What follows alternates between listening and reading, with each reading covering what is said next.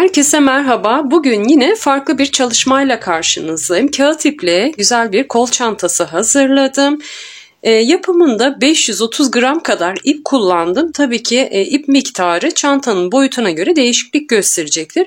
Daha küçük çalıştığınızda ip miktarı daha az olacaktır. Dediğim gibi kağıt iple hazırladım. Kapamasında çıt çıt kapama kullandım ve astar çalışması yaptım. Siz kapamasını farklı kullanabilir, astarsız da kullanabilirsiniz çantanızı. Hatta kol çantası yerine el çantası olarak da tasarlayabilirsiniz. Çantamın yapımıyla alakalı tüm detaylardan videomda bahsettim. Fakat yine sormak istediğiniz şeyler olursa yorumlar kısmına yazarsanız sorularınıza mutlaka dönüş yaparım. Tabanını ise dikdörtgen tabanı olarak yaptım ama kare taban da çalışabilirsiniz. Onda nasıl yapabilirsiniz? Yan parçasıyla ön parçasını aynı boyutta çalıştığınızda kare bir taban üzerine yine güzel bir çanta yapabilirsiniz. Anlatımıma geçmeden önce kanalıma abone olmayı, videolarımı beğenmeyi unutmayın lütfen. Ayrıca Instagram sayfamdan da beni takip edebilirsiniz. Instagram sayfamın ismini videolarımda mutlaka paylaşıyorum. Oradan beni takibe alabilirsiniz. Destekleriniz için şimdiden teşekkür ediyorum ve sizleri daha fazla bekletmeden anlatımıma geçmek istiyorum. Çantam 5 parçadan oluşuyor. Bir tanesi şu şekilde düz örülmüş tabanımız. Diğerleri ise şu şekilde yan parça. Bu daha dar bir parça.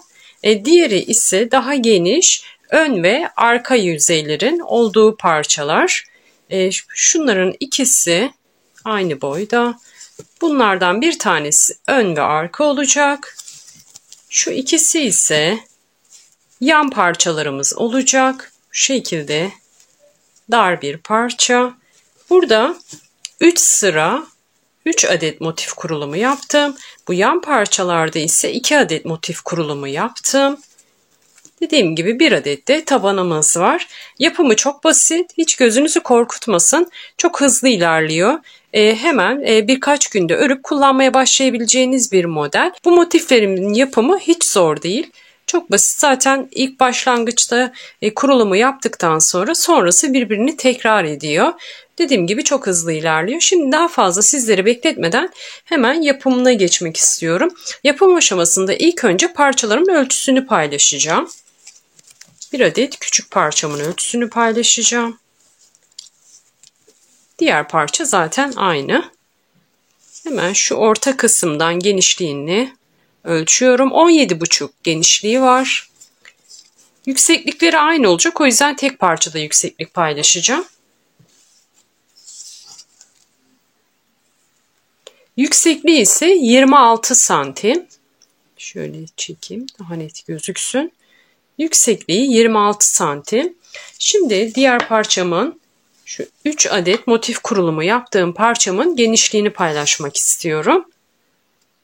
Bunun genişliği ise 26 santim. Bu kare bir parça olmuş oldu. Tabanımın genişliğini ve yüksekliğini bu parçalara göre ayarlıyorum. Genişlik ölçüsünü buna göre, yani şu şekilde buna göre genişlik ölçüsü ayarlıyorum.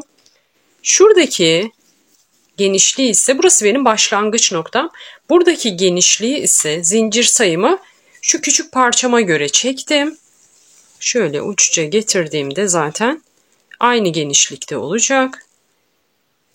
Zincir çekerken şu küçük parçamın genişliğini baz alarak zincir çektim tabanımda. Sıra sayısını ise hep sık iğne örerek yaptım zaten. Öreceğim sıra sayısını ise bu şekilde ilerliyorum. Onu da şuradaki büyük parçamın genişliğine göre ayarladım. Tüm bu detaylardan videom içinde yine bahsedeceğim. Şimdi bu parçalarımın örme işlemine geçmek istiyorum. Şu küçük parça üzerinde anlatacağım ben model kurulumunu. Diğeri de zaten aynısı. Zincir sayısını verdikten sonra her iki parçayı da çok rahat bir şekilde örebilirsiniz. Çantamızın yapımına zincir çekerek başlayacağız. Bu küçük parçamda 33 adet zincir çektim. küçük parçamda ise 47 adet zincir çektim. Neye göre belirledim? 14'ün katları artı 5 olacak şekilde ayarlamanız gerekiyor. Yani zincir sayınızın toplamı 14'ün katı artı 5 olacak şekilde ayarlarsanız istediğiniz genişlikte yapabilirsiniz. Ben şu küçük parça üzerinde hemen anlatımıma geçiyorum. Zincir çekeceğiz. Burada 33 adet zincir çektim. Yine 33 adet zincir çekeceğim. Birebir anlatacağım ki anlaşılır olsun. Karışıklık olmasın. Diğer parçamızı da yaparken, yani ön ve arka parçamızı yaparken 47 zincir. Şimdi bu şekilde 33 adet zincir çekiyorum. 33 adet zincirimi çektim. Sonrasında 2 adet daha zincir çekiyorum. Bu benim ilk trabzanım oluyor. Bu çekmiş olduğum 2 zincir. 33. zincire batmadan 32. zincire batıyorum. Ama zincirlerimin yine göbek kısımlarına batıyorum. Bakın zincirlere normalde nasıl batarız? Şu kısımlara batarız. Düz bir şekilde çeviriyorum. Şu göbeğinde tek bir ilmek var. Şurada bakın. Oradan tığımı geçiriyorum. Ben genelde zincir çektikten sonra zincirlerin bu kısımlarına batarak trabzan ya da sık iğne yapıyorum. Videomu izleyenler bilir. Şimdi bu zincirimle birlikte çekmiş olduğum 2 zincir benim ilk trabzanım. 33. zinciri de atladım. Ve 32. zincire batarak bir tane ikili trabzan yaptım. Şimdi her bir zincirin göbek kısmına bakın şu şekilde batıyorum. Ve ikili trabzan yapmaya devam ediyorum. Toplamda 33 adet ikili trabzanım olacak. En sonda çekmiş olduğum 2 zincirle beraber. Zincirlerimizin şu kısımlarına batmıyoruz. Dilerseniz batabilirsiniz de, ben bu şekilde örmeyi tercih ediyorum. Birleştirme aşamasında bana kolaylık sağlıyor. İlmeklerimi kaçırmamış oluyorum. O yüzden zincirlerimin göbek kısımlarına batıyorum. Şimdi sıra sonuna kadar 33 adet ikili trabzan yapacağım. 33 adet ikili trabzanımı yaptım. Şimdi ikinci sıramdayım. İkinci sıramı ise gördüğünüz gibi yalancı sık iğne olarak yaptım. Bir zincir çekiyorum, geriye dönüyorum, tığım başına ilmek doluyorum. Hemen ilk trabzanın tepe boşluğuna batıyorum. Tığımda 3 ilmek oluyor. Bunu da tek seferde boşaltıyorum. Tığıma tekrar ilmek doluyorum. Diğer trabzanımın tepe boşluğuna batıyorum. Tığımda 3 ilmek oluyor. Bunu da tek seferde boşaltıyorum. Bu şekilde sıra sonuna kadar 33 adet yalancı sık iğne yapacağız. Bakın tığımıza tekrar gösteriyorum. Tığım başına ilmek doladım. Trabzanın tepe boşluğuna batıyorum. İlmeğimi alıyorum aradan ve tığımdaki 3 ilmeği tek seferde boşaltıyorum. Bu şekilde sıra sonuna kadar toplamda 33 adet yalancı sık iğne yapacağız. İkinci sıramı da 33 adet yalancı sık iğne yaparak tamamladım. Şimdi geriye döneceğiz ve 3. sıraya geçeceğiz. Burada dilerseniz 3 zincir çekerek bir tane ikili trabzan yapabilirsiniz. Bu şekilde yaptığınızda ilk trabzanın tepe boşluğuna değil sonrakine batmanız gerekiyor. İlk boşluk zaten çekmiş olduğumuz bu zincire ait olan trabzan boşluğu olduğu için orada tekrar o noktaya batmanıza gerek yok. Şimdi bu şekilde peş peşe zincirle birlikte 5 adet ikili trabzan yapmamız gerekiyor.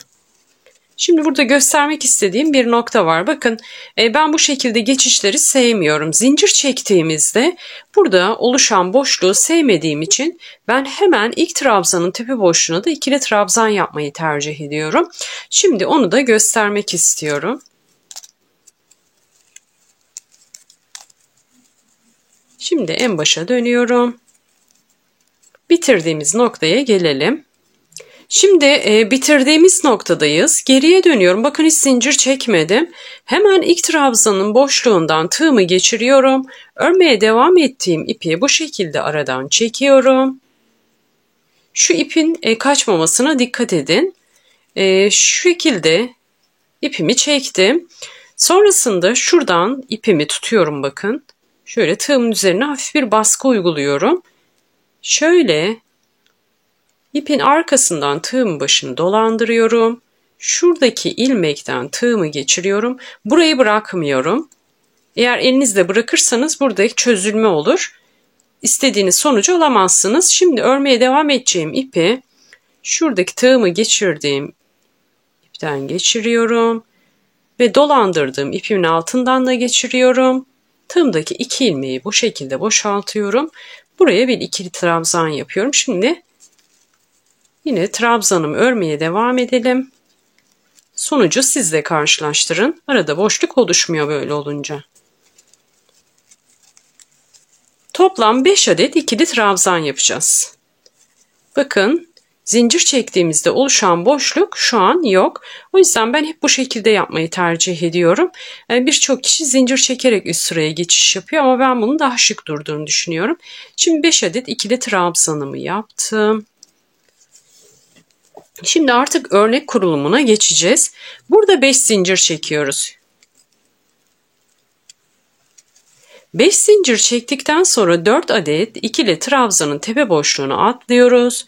5.'ye batarak bir tane ikili trabzan yapıyoruz. Şimdi aynı noktaya batarak bir adet daha ikili trabzan yapacağız. Ne yaptık? 5 zincir çektik, 4 boşluk atladık, 5.'ye battık. Aynı noktaya 2 adet ikili trabzan yaptık. Şimdi tekrar 5 zincir çekiyoruz. Yine 4 boşluk atlıyoruz. 1, 2, 3, 4. 5.'ye batıyoruz. Peş peşe 5 adet ikili trabzan yapıyoruz.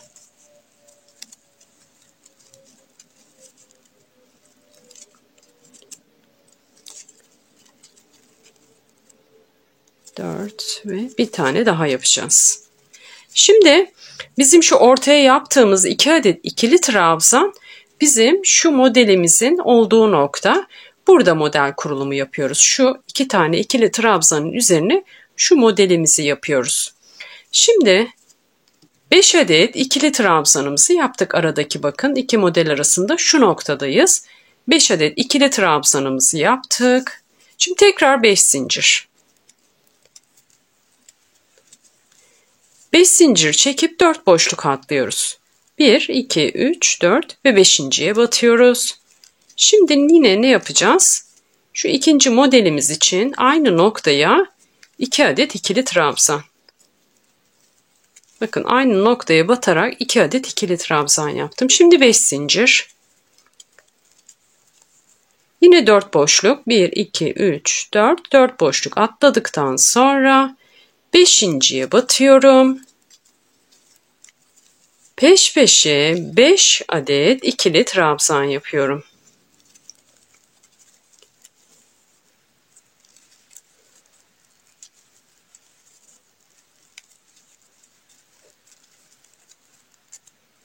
İlk modelimizin kurulumunu yaptık. Şimdi taban oluşturduk. Şuradaki motiflerimiz için taban oluşturmuş olduk. Şimdi 4. sıramıza geçiş yapacağız. Sıra başları ve sıra sonları bakın hep ikili trabzan. Bir de iki motifimizin arasında da ikili trabzanlarımız var. Bu sayılar hiç değişmeyecek. 5 adet ikili trabzan, 5 adet ikili trabzan ve 5 adet ikili trabzan. Şimdi yine ikili trabzan yapmak için geriye dönüyorum. Yapıyorum. Ben yine zincir çekmeyeceğim. Sıra başlarındaki trabzanlarımı hep bu şekilde yapacağım. İlk trabzanın tepe boşluğundan tığımı geçiriyorum ve aradan ipimi çekiyorum. Yine elimle tığın üzerine baskı yapıyorum. İpimi tutuyorum. Tığımın başını şu şekilde bakın ipimin altından doluyorum ve şuradaki ilmekten tığımı geçiriyorum. Yine ipi bırakmıyorum, elimden kaydırmıyorum. Bu şekilde aradan ipimi çekiyorum. Tığımdaki 2 ilmeği de boşalttıktan sonra ikili trabzanımı yapmış oluyorum. Şimdi toplam yine 5 adet ikili trabzan.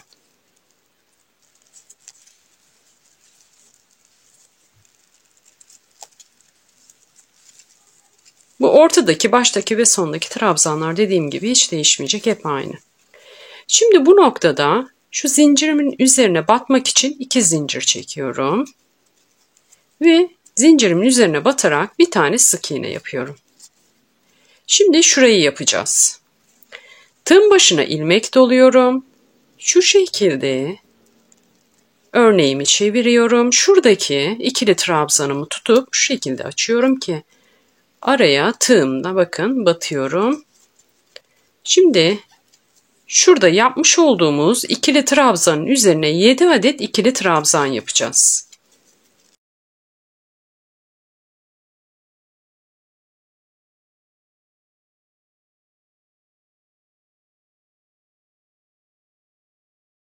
Şimdi 7 adet ikili trabzanımı yaptım.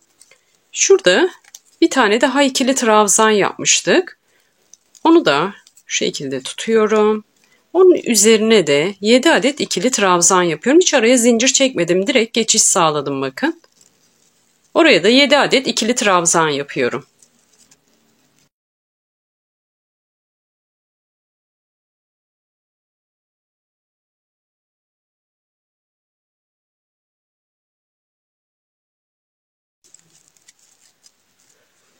Şimdi trabzanlarımızı yaptık. Şu şekilde göstereceğim. Bakın şu şekli vermiş olduk. Şimdi yapmış olduğumuz bu modeli şu aradaki zincire bağlayacağız. Direkt zincire batıyorum. Bir tane sık iğne yapıyorum. Şimdi 2 zincir şu ortadaki trabzanların üzerine batarak 5 adet ikili trabzan yapıyorum. Her bir trabzanın tepe boşuna 1 adet ikili trabzan yapıyorum.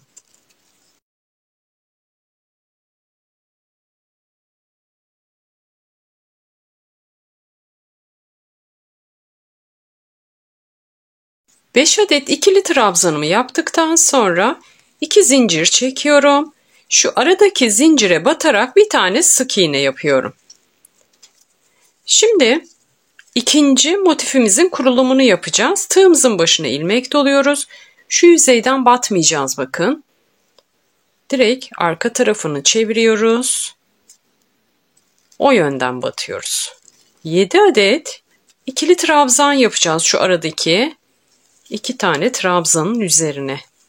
İlk önce bir tanesine batıp yapıyorum. Sonra diğerine geçiş yapıyorum.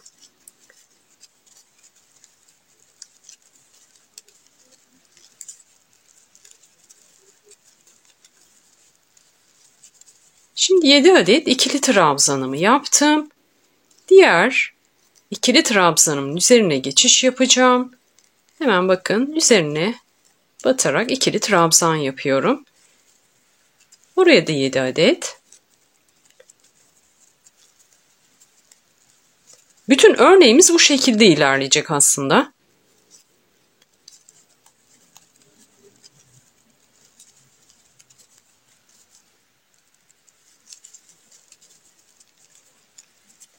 Şöyle çevireyim. İkinci motifimizin kurulumunu da yapmış olduk aslında. Şimdi ne yapacağız? Zincirimizin üzerine direkt batıyoruz. Sık iğne yapıyoruz. Sonra 2 zincir ve sondaki 5 adet ikili trabzanımızı yapıyoruz.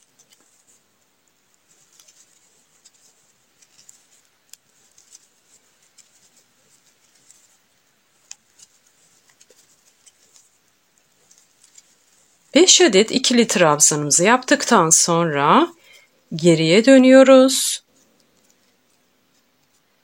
Hemen yine 5 adet ikili trabzan yapıyoruz.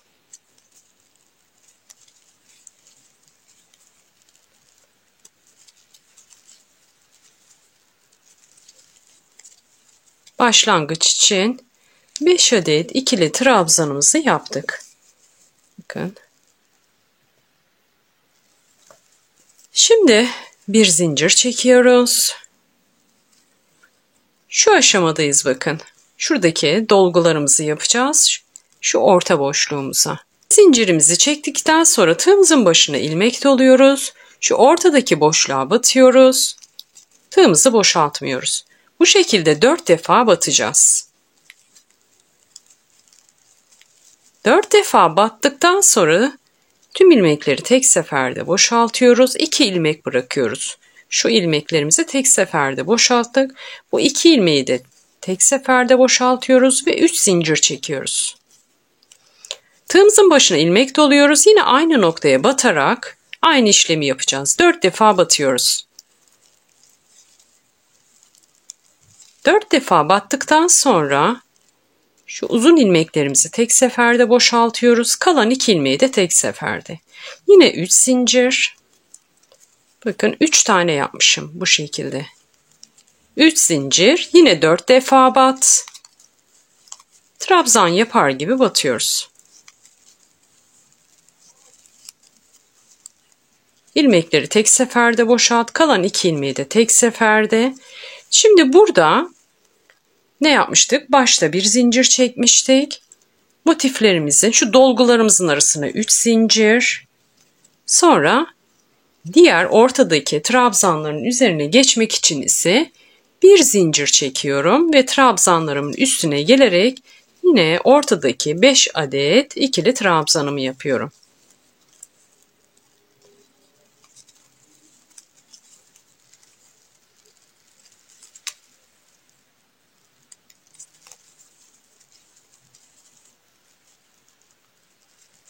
Şimdi 5 adet ikili trabzanımı yaptım.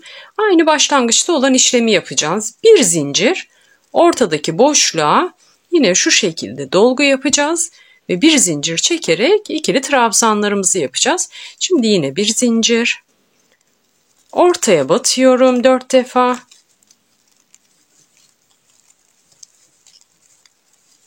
Tek seferde boşaltıyorum. Bunu da tek seferde. Şimdi 3 zincir. Şurada yaptığım işlemin aynısını yapıyorum. Ortadaki 3 adet dolgumu yaptım. Şimdi şöyle çekeyim daha net gözüksün. Yine bir zincir. Sondaki 5 adet ikili trabzanımı yaparak sıramı tamamlıyorum.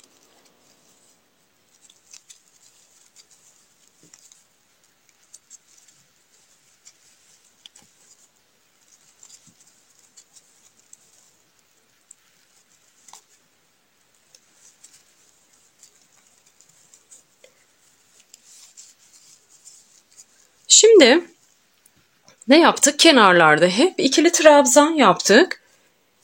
Bu dolgumuzu da yaptıktan sonra üst sıraya geçtiğimizde sık iğne yapacağız. Onu da nasıl? Bir zincir çekiyorum. Geriye dönüyorum. Trabzanlarımın tepe boşluğuna batarak birer adet sık iğne yapıyorum. 5 adet sık iğne.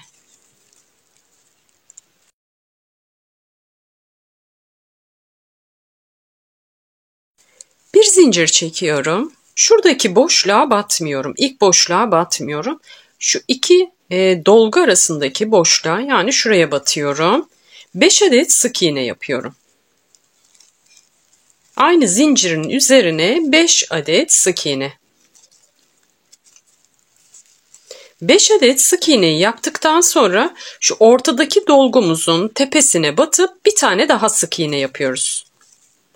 Şimdi diğer zincirimizin üzerine 5 adet sık iğne.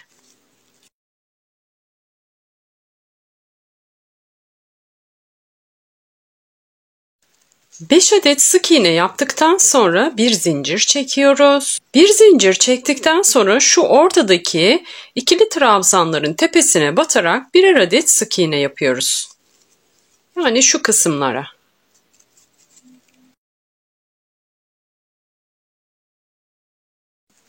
Ortadaki ikili trabzanların üzerine 5 adet sık iğnemi yaptım. Şimdi diğer motifimin üzerine geçiş yapacağım. Bunun için bir zincir. Yine şuradaki boşluğa batmıyorum. Şu iki dolgunun arasındaki zincirin üzerine batarak 5 adet sık iğne yapıyorum.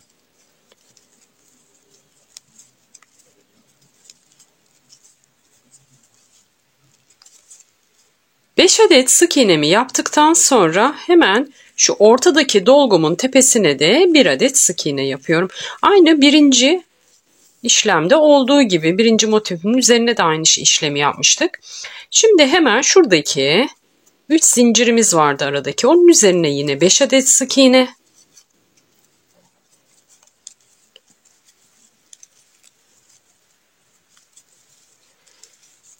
Şu ortadaki boşluğa batmıyorduk. Yani trabzanlardan sonraki şuradaki küçük boşluğa batmıyoruz. Bir zincir çekip hemen ikili trabzanlarımızın üzerine geçiş yapıyoruz. 5 adet sık iğne.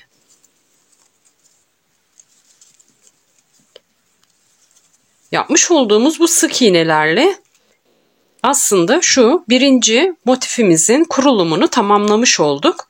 Şimdi ikinci motifimizin yapımı için şuradaki sıramızı öreceğiz. Yani onun için bir taban oluşturacağız.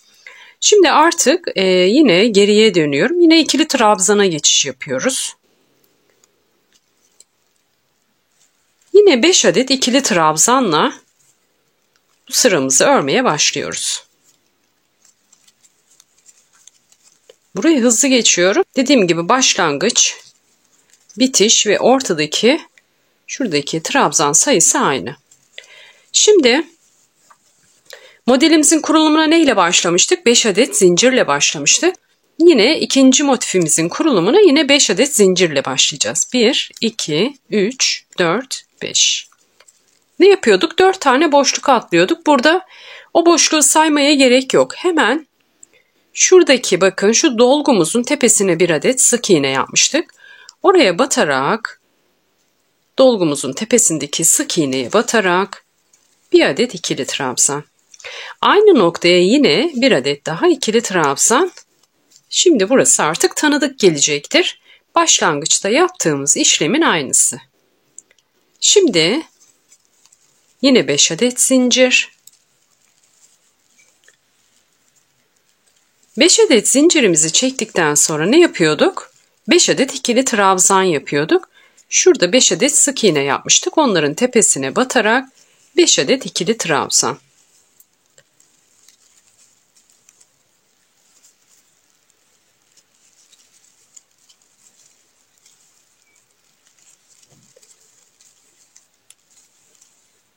Şimdi zaten bu sıramızı ördükten sonra işlem tanıdık gelecek.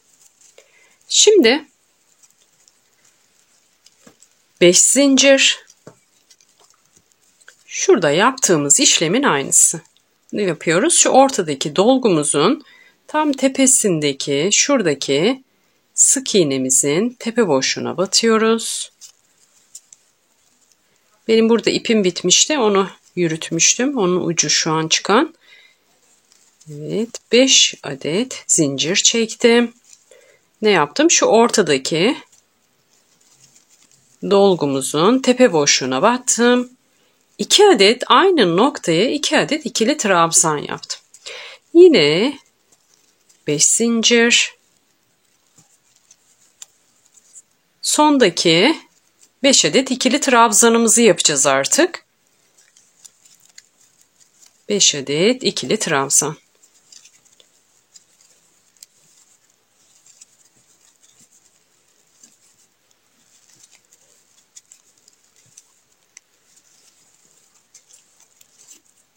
Buradan sonrası artık aynı. Ne yapıyorduk? Şuradaki ikili trabzanlarımızın üzerine 7 adet ikili trabzan yapıyorduk. Sonra şu şekilde geçerek buraya da 7 adet ikili trabzan. Sonra ne yapıyorduk? Yapmış olduğumuz ikili trabzanları sık iğne ile buraya bağlıyorduk. 2 zincir çekip ortadaki boşluğumuza yani şuraya 5 adet ikili trabzan. 5 adet ikili trabzanı yaptıktan sonra 2 zincir. Orta boşluğa sık iğne yaparak batıyorduk şu zincirimizin üzerine. Sonra yine şuradaki ikili trabzanlarımızın üzerine 7 adet ikili trabzan, sonra diğerine geçiş yapıyorduk 7 adet ikili trabzan. Sonrasında buraya sık iğne ile trabzanlarımızı bağlayıp 2 zincirle şuradaki 5 adet ikili trabzanlarımızı yapıyorduk. Dediğim gibi buradan sonrası artık aynı, göstermeme gerek yok. Ben bu şekilde her parçamda 1, 2, 3, 4, 5 motif yaptım. Sonrasında ise şu şekilde en son sıramı ikili trabzan yaparak tamamladım. Şimdi şu aşamayı göstermek istiyorum. Şimdi buradaki önemli olan detay nedir? 33 adet zincir çektik, 33 adet ikili trabzan yaptık. Yine 33 adet ikili trabzanla başladığımız için bitişimiz de 33 adet ikili trabzan olmalı. Şu ortadaki 5 adet ikili trabzanlar değişmiyor. Ne yapıyor? 5, 10, 15. Geri kalan ikili trabzan sayısını da şu iki motifin üzerine paylaştırıyoruz. Yani 15 tane ikili trabzan yaptıktan sonra toplamda şu noktalara geriye ne kalıyor? 18 adet ikili trabzan sayısı kalıyor. 9'unu bu motifimin üzerine, 9'unu da bu motifimin üzerine yapıyorum. Böylelikle toplamda ikili trabzanımı 33'e tamamlamış oluyorum. Diğerinde ne yapmıştık? Büyük motifimizde burada 47 zincir çektik. Diğer motifimle aynı, hiçbir fark yok. Sadece zincir sayısı farkı var. Yapılan işlemlerin hepsi aynı. 47 ikili trabzanla başladığım için 47'li ikili trabzanla bitirmeliyim. Şimdi ben kolaylık olsun diye ne yapıyorum ilk başta? Şu ortadaki ikili trabzanlarımı sayıyorum. 5, 10, 15, 20. Geriye ne kadar kalıyor? 27 kalıyor. Yani 27 tane kalan ikili trabzan sayımı 3 motife böldüğümde yine o 3 motifimin üzerine 9 tane ikili trabzan yapmalıyım. 2, 4, 6, 8, 9 tane. Burada da 9 tane, burada da 9 tane. Böylelikle bitişteki ikili trabzan sayımı yine 47'ye tamamlamış oluyorum. Küçük motifimde ise 33'e tamamlamış oluyorum. Şimdi yine de şu bitiş işlemini göstermek istiyorum. Sonrasında artık tabanımızın yapımı var. Tabanımızın yapımı da çok basit. Sık iğne olarak ördüm. Siz dilediğiniz şekilde yapabilirsiniz. İkili trabzan da yapabilirsiniz. Sık iğne de yapabilirsiniz. Yalancı sık iğne de yapabilirsiniz. Ya da deri bir parça da kullanabilirsiniz. Şimdi şu bitişi göstermek istiyorum. Başlangıçtaki 5 adet ikili trabzanımı yaptım. Bu motifimin üzerine de 9 adet ikili trabzan yapmam gerekiyor. Bu şekilde sık iğnelerin tepe boşluğuna ikili trabzanlar yapıyorum. Her bir motifin üzerindeki sık iğneler yapmıştık zaten. Onların tepelerine ikili trabzan yapıyorum. Şimdi sayıyorum. 2, 4, 6, 8, 9. Ne yaptı? Şurada bir boşluğum kaldı. Onu örmeden geçiyorum. Ortadaki ikili trabzanlarımın tepe boşluğuna geçiyorum. Oraya da ikili trabzan yapıyorum 5 adet.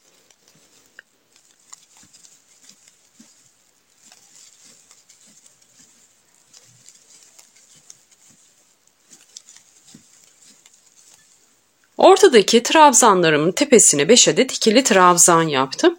Şimdi diğer motifime geçtim.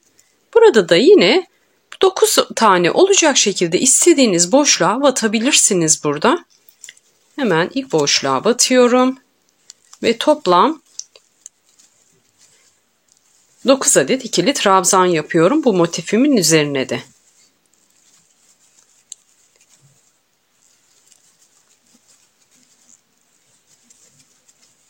Şimdi sayıyorum. 2, 4, 6, 8. Bir adet daha yaptığımda burayı da 9'a tamamlamış oluyorum. Şuradaki boşluğa yapmıyorum. Bakın bir sık iğnem daha kaldı ama oraya yapmayacağım. Direkt sondaki sık iğnemin tepesine geçiyorum. Buraya 5 adet ikili trabzan yaparak artık bu parçamı tamamlamış oluyorum.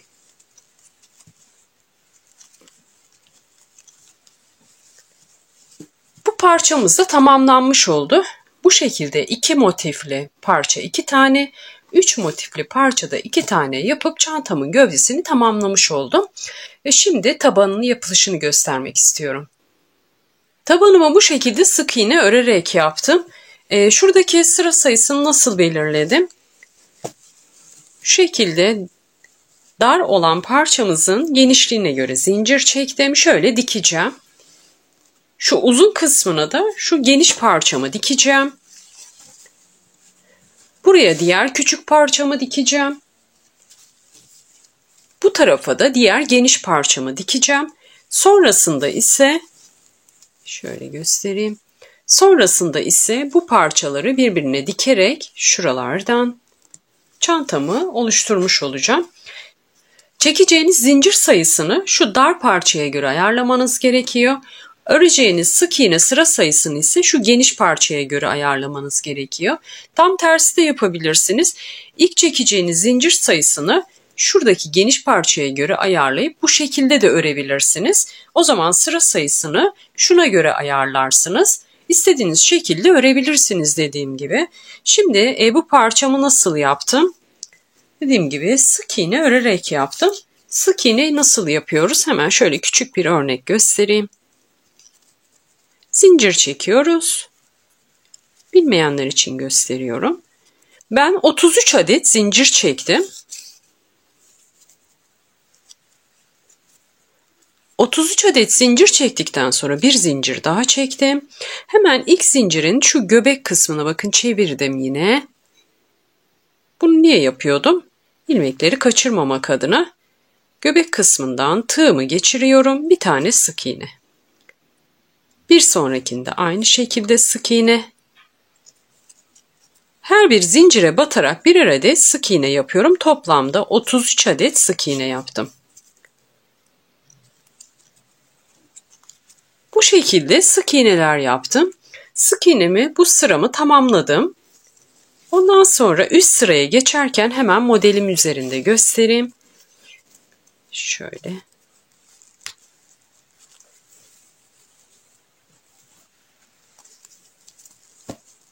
Bir zincir çekiyorum. Geriye dönüyorum. Hemen ilk sık iğnenin tepe boşluğuna batıyorum bir tane sık iğne. Bu şekilde sıra sonuna kadar sık iğne yapıyorum. Yine 33 adet.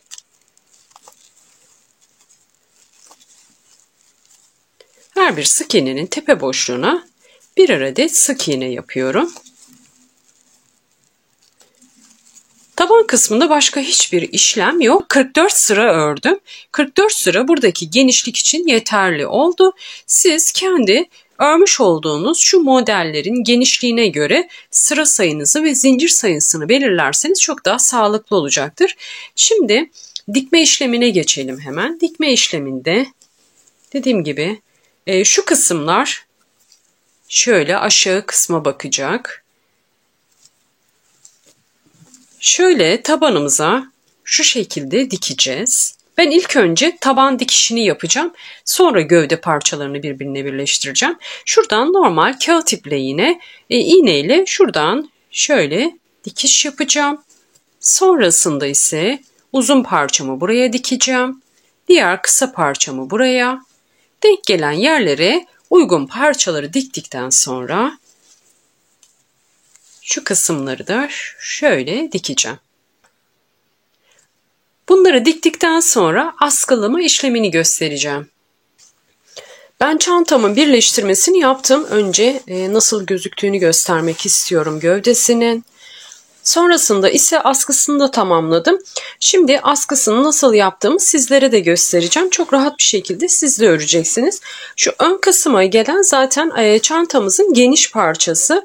Yani 3 motif halinde ördüğümüz kısmı. Onun şu baştaki ve sondaki kısımlarından askısının başlangıç noktasını belirledim.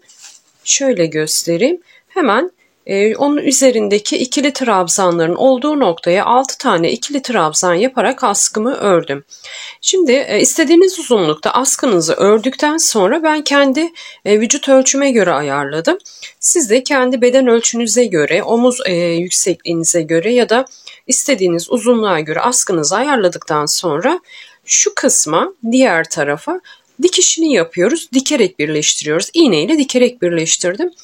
Çok kolay. İstediğiniz şekilde dikip birleştirebilirsiniz. Şimdi yine başlangıç kısmını bilmeyenler için şu kısımda nasıl yaptığımı göstereceğim örnek olarak. Şimdi rastgele bir çiçeğimizin üzerini seçeceğim ben ama dediğim gibi şu şekilde şöyle göstereyim. 3 parça halinde seçtiğim kısımları öne dikmiştim. Zaten göstermiştim dikiş işleminde. İkili kısımları ise yanlara dikmiştim ben. Başlangıç ve sondaki çiçeklerimizin üzerinden askılarımızı yerleştiriyoruz. Şimdi Yine kağıt iple yaptım. Dilerseniz deri askı da kullanabilirsiniz. Farklı renkte askılar, farklı şekilde askılar da tasarlayabilir. Kol çantası olarak yaptım ama dilerseniz el çantası olarak da tasarlayabilirsiniz. Ona göre farklı aparatlarda kullanabilirsiniz. Şimdi ilk önce ipimi zincir çekerek kilitliyorum. Yine kendi ipimden yapıyorum. 6 tane ikili trabzan üzerine yaptım askımı. İpimi zincir çekerek kilitledikten sonra ilk trabzan boşluğumu atlıyorum. Bakın en baştaki en baştakini atladım. İkinci trabzanın tepe boşluğundan tığımı geçiriyorum. Zincirle kilitlemiş olduğum ipi aradan çekiyorum. Bir zincir çekiyorum. Burada dilerseniz 3 zincir çekebilirsiniz. Ben yine trabzanımı aynı şekilde yapacağım. Aynı boşluktan tığımı geçireceğim. Şu ipimin çözülmemesini sağlamalıyım. Aynı boşluktan tığımı geçiriyorum. Örmeye devam edeceğim ipi aradan çekiyorum. Bunu zaten çantamızı yaparken göstermiştim. Yine ipimin etrafından tığımı doluyorum. Şuradaki ilk çekmiş olduğum ipin arasından tığımı geçirdim. Ve 2 defa da ipimi tığdan boşaltıyorum. Gördüğünüz gibi ikili trabzan yaptım. Şimdi bir sonraki boşluğa batacağım ama şu bırakmış olduğum ipi de arkadan yürüteceğim. Onu da gizleyeceğim aslında. Bu şekilde her bir trabzanın tepe boşluğuna batarak 6 tane ikili trabzan yapıyoruz. Tüm askımız bu şekilde ilerleyecek aslında. Farklı bir işlem yok. Bir kez de geri dönüşü göstereyim. Ve askımın ölçüsünü paylaşayım. Sonrasında dediğim gibi göstermiş olduğum noktaya iğne ile dikiyoruz. 2, 4, 5 bir tane daha yapacağım. Şimdi tam 6 tane yaptım ben. 2 tane trabzanım şurada, tepe boşlukları boşta kaldı, oralara yapmıyorum. Şimdi ilk sıramı tamamladım. Askınızın yerini kendiniz istediğiniz şekilde de belirleyebilirsiniz. Geriye dönüyoruz. Yine aynı şekilde hemen başlangıcıma ikili trabzan yapıyorum. Ama siz yine 3 zincir çekerek ikili trabzan yapabilirsiniz. Şimdi yapmış olduğum her bir trabzanın tepe boşluğuna ikili trabzan yapıyorum. Askımız bu şekilde istediğimiz uzunluğa kadar ilerleyecek.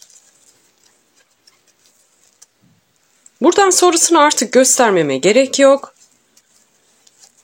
Yine aynı şekilde 3 zincir ya da ikili trabzan yaparak geri döneceğiz. Her bir trabzanın tepe boşluğuna batacağız. İkili trabzan yapacağız. Toplamda 6 adet trabzanımız olacak her sırada. Şimdi askımın uzunluğunu ve genişliğini paylaşmak istiyorum sizlerle.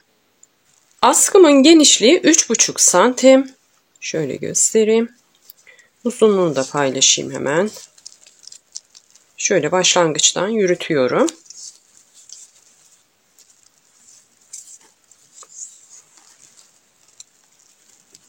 Bu ölçüler tabii ki sizin tercihlerinize bağlı olarak değişebilen ölçüler. Uzunluğu ise 56 santim. Askımızı dediğim gibi buradan başlayarak ördüm. Sonrasında ise şu kısma diktim. Başka da hiçbir şey yok. Sonrasında ise çıt çıt ve astar çalışması yaptım. Bunlar için daha önce ayrı videolar çekmiştim. O videoların bağlantılarını videomun açıklama kısmına bırakacağım. O linkleri tıklayarak istediğiniz şekilde astar çalışması ve çıt çıt çalışması yapabilirsiniz. Kapamasında benim gibi çıt çıtlar kullanmak zorunda değilsiniz. Farklı çıt çıtlar da kullanabilirsiniz. Çantamın her aşamasını tamamladım. Artık kullanıma hazır. Şimdi tüm ölçülerini tekrar paylaşmak istiyorum. Öncelikle genişlik ölçüsünü paylaşayım. Genişlik ölçüsü 43 santim. Gövde yüksekliğini paylaşayım.